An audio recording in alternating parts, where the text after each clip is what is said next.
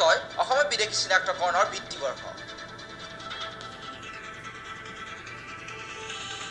সন্মিলিত মহাসংঘৰ পাছত এইবাৰ 1951 চনৰ ভিত্তিবৰ্ষৰ দাবীত উচ্চতম ন্যায়ালয়ৰ কাষ চাপিছে অসম প্ৰেমী যুৱ ছাত্ৰ সমাজে।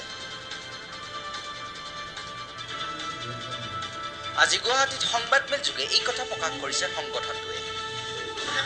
আমি 1951 চন বিচাৰো আৰু যি ৰাষ্ট্ৰীয় নাগৰিক পঞ্জীকৰণ মহামান্য উচ্চতম ন্যায়ালয়ৰ খণ্ড বিচাৰপীঠৰ অন্তৰ্বৰ্তী নিৰ্দেশকালীন যিখন চুক্তি খচৰা মাত্ৰ এটা ৰাতিৰ ভিতৰতে তৈয়াৰ হয় আৰু যিখন চুক্তি তৈয়াৰ কৰোঁতে আন্দোলনকাৰী তথা অসমৰ ৰাইজে নাজানে তেনেকুৱা এখন চুক্তিয়ে অসমৰ ভৱিষ্যত নিৰ্ণয় কৰিব পাৰিব বুলি আমি এই চুক্তিখনক লৈ আমাৰ যথেষ্টখিনি প্ৰধানত ভিত্তিবৰ্ষলৈ আমাৰ আপত্তি আছে। আমি কৈছোঁ 1951 হ'ব লাগিব কাৰণ 855 যোৱাখন শ্বহীদে তেওঁলোকৰ মৃত্যু হওঁতে কিন্তু 1951 চুক্তি চুক্তিত আছে আৰু অসম আন্দোলনৰ উদ্দেশ্যও আছিল অসম আন্দোলনৰ উদ্দেশ্য আছে সংবিধান প্ৰদত্ত চনৰ ভিত্তিত অসমৰ পৰা বিদেশী বিতৰণ কৰা আৰু এতিয়া 1980 চনৰ জানুৱাৰী মাহত আন্দোলনকাৰী 17খন ছাত্ৰ সন্থাই NRC দ্বিতীয় খচৰা প্ৰকাশ পোৱাৰ সময়ত অসমৰ বিদেশী চিনাক্তকৰণৰ ভিত্তিবৰ্ষ 1951 আৰু 1971 চনৰ সন্ধিক্ষণে অনাগত দিনত উচ্চতম ন্যায়ালয়ে কি ৰায়দান কৰে এই কথাহে লক্ষণীয় হ'ব।